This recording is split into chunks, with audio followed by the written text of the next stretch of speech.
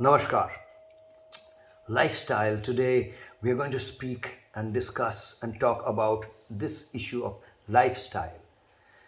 Lifestyle, in order to really understand this point, we also need to juxtapose this with another word, which is livelihood.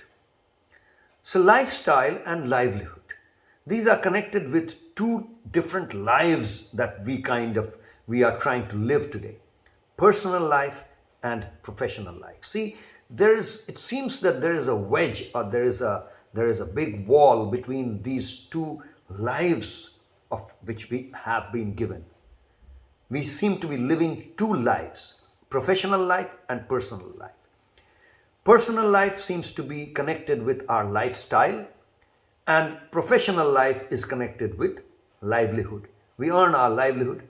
Now, people who have earned their livelihood and have arrived and are really wealthy and rich might not term it as livelihood, but I'm really for this discussion terming all of that as livelihood, where we earn a living, or we earn living not just for ourselves, but we are earning. That's part of one part of our lives. And when we are spending what we have earned by living life through personal kind of agendas and personal issues, these seem to be the differentiation. Now, it's fine if we are differentiating just to understand these two aspects of life, but the problem comes up when we assume that that wedge or that wall is real.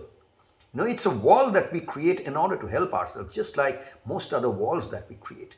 The walls between two countries, for example, or two religions, or two societies, two cultures.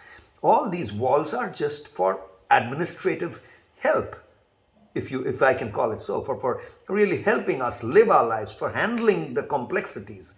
But it's not, those walls are not real in the same way. The wall that we seem to have created between our personal and professional life is not a real wall. It's not that actually exists. We have created it to help us. Now, we should be very careful that we do not allow the wall to dominate our lives, which is what we think is going on. And in order to understand this, I will kind of also connect this with religion in some ways. When we talk about lifestyle, we cannot leave out religion, because if you look at it carefully, most of the stuff that religion is made up of is connected with lifestyle. Religion tries to specify a kind of lifestyle. It tries to tell you that, okay, this is the kind of lifestyle which will help you do well in life. It will help you to not fall down in life. Actually, in Indian languages, the exact translation of the word religion is called dharma. Now, dharma is in terms of the roots, is very different from religion. Well, religion comes from reuniting. The word dharma comes from the word dharan, which means to hold. So, as little children, when we were learning to walk, our parents or elders would hold us and prevent us from falling. So that holding is what is called dharan. And from dharan comes dharma. So the word dharma in Indian languages means those things in life which allow us to not fall down in life. That is the real meaning of dharma, which, if you see, religion specifies a lot of kind of SOPs, standard operating procedures of life, or vidhis, or processes, or in processes, or that's what SOPs are about nowadays in the professional world. But religion also specifies SOPs for your personal life, so to say. So in that sense, when we talk about lifestyle, we are somehow alluding to religion, although religion has become a loaded word. When we say loaded, it's like a loaded gun. Just like the word loaded comes from a gun being loaded. So when you load a gun with its bullet, then it becomes dangerous. It can fire any moment. It's not safe. And religions in today's society seems to be a loaded word for society, primarily because the different types of lifestyles led by different people, different countries, different people from different cultures and different geographies, the differences, the diversity have not been always accepted, and the differences have led to huge problems, huge wars, and then that all that is what has led to this religion becoming a loaded word. But anyway, we are not talking about religion, the loaded word today. We are talking about lifestyle, which is a much more innocuous, much more harmless word to discuss. Lifestyle and livelihood. So, Karma Yoga for 21st Century's Fit for Life program, is it a program for your personal life or is it a program for your professional life? Well, we don't believe in that wall too much. So, we cannot really answer this question by saying it's part of this life or that life. We are saying you have only one life. And if you have one life, it's obvious, it's best that you deal with that one life and don't divide your life thinking that it has these two real boundaries. There is no real boundary. It's a manufactured boundary, a manufactured line, an artificial line which we have created to handle our life more conveniently. That's all that is there to it. There's nothing more to it than that. So if it is becoming more inconvenient, then that's not how you live. So we probably need to dissolve those lines, those walls between our personal and professional lives. But as we do that, we have to be very careful. It's not that, people have the tendency to believe that in your personal life, everything that happens is all kind of nice and they are good. Whereas in personal life, especially when it comes to interpersonal relationships. See, in our personal life, we say we are dealing with our families, our friends, our people in our neighborhood, our husbands, wives, the husband-wife relationship, the son, daughter, children, parents, brothers, siblings, all these kind of relationships, and these are part of your personal life. Whereas professional life, you seem to be talking about colleagues. Now, all this differentiation really has come in post the Industrial Revolution. How we have divided our relationships that we hold with people. Now, if you go back a little in history, before Industrial Revolution came in, you would see, let's say a farmer was farming in a farm. Well, his life was just one life. They would live very close to the farm. They would just walk out early in the morning, start farming. There wasn't really a specific time of day, 9 to 6, when they have to go to office or go to their factory or go to work. Life itself was completely kind of meandering into the work, and it was all one. They would go out, work in the field, and maybe people from the family would come in. The farmer's wife would come and cook something, and they would eat together in the field itself, and the wife would probably, or people from the family would get together, and different relatives would kind of work together. They would live together in the same village. So it was all kind of wedded into one whole life. Somehow the Industrial Revolution came in and there was factories and companies, all these got set up, and we seemed to start believing that life was divided into these two parts, office and work, and office and home and life. And that divided our relationships also. And somehow there's a feeling that, well, these relationships at home, in your personal life, are made up of love, whereas the professional relationships, there is no room for love. What kind of life is that? What kind of a belief system is that? If we as human beings cannot be expressions of pure love, then who are we?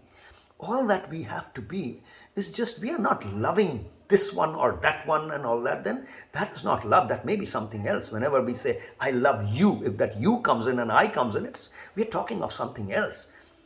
But if it is love, it's just pure expression of love, no matter where you are. If it's for this instrument, or if it's for a plant, or if it's for an animal, or if it's for a human being, it doesn't matter. You are just expressing, you are just love manifested. That's all. If that is that, and that's the goal of the Karma Yoga for 21st Century Fit for Life program, to help us become such individuals, such human beings. If you are that, then how does it matter whether you are in a situation which is part of your earning a living, or you are spending money? It's part of your lifestyle or part of your livelihood. It really doesn't matter. So it's not an issue that we differentiate personal life and professional life like that.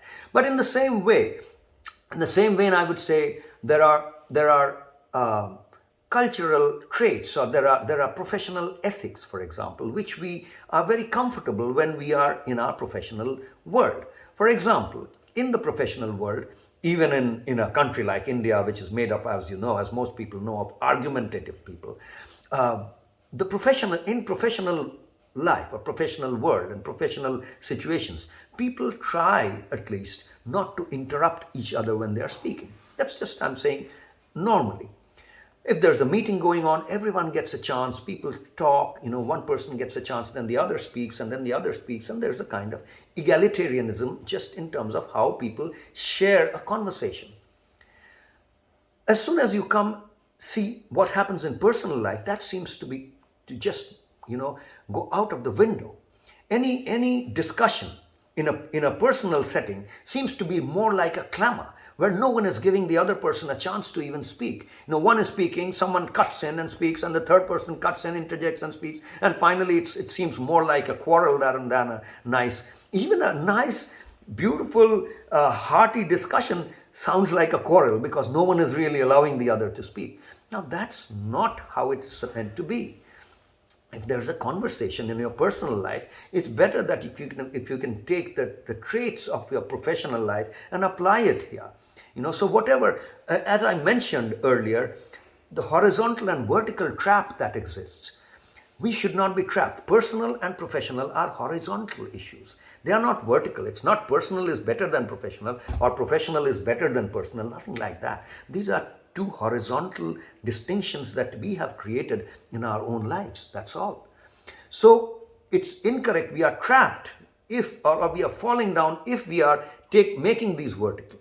Both in personal lives as well as in personal lives, we can find value judgments, things that are good, things that are true, things that are beautiful in both these worlds. And our objective, our goal is to take all that is good and true and beautiful from both these worlds and kind of integrate them together and use them in our lives, everyday life, every moment, to make our lives better. That's it. And when we are indulging in our practices, engaging in the different practices of Karma for 21st Century, Fit for Life program, the sadhana paddhati, as we say, we have to remember that it's not something that we are doing for our personal life or for our professional life. So it's not a program that the professional manager seems to be worried about. Oh no, these are programs that the training programs that need to be implemented in people's own lives. It's part of their personal life. No, these are things that can be, this sadhana or this practice can be part of a training room in a company, in a boardroom, in a HRD department of organizations, as much as it can be part of parenting and as much as part of relationship management within families, etc. So really, to reiterate the point, personal, professional integration, not just work-life balance, but personal, professional integration, livelihood and lifestyle integration. That's the goal of Karma for 21st Century's Fit for Life program. Do not create separate silos within which you box these together. That's my urgent and fervent request to everyone who's listening to this. That's all for today, friends. Hope you have a great day. Take it easy and take care. Namaskar.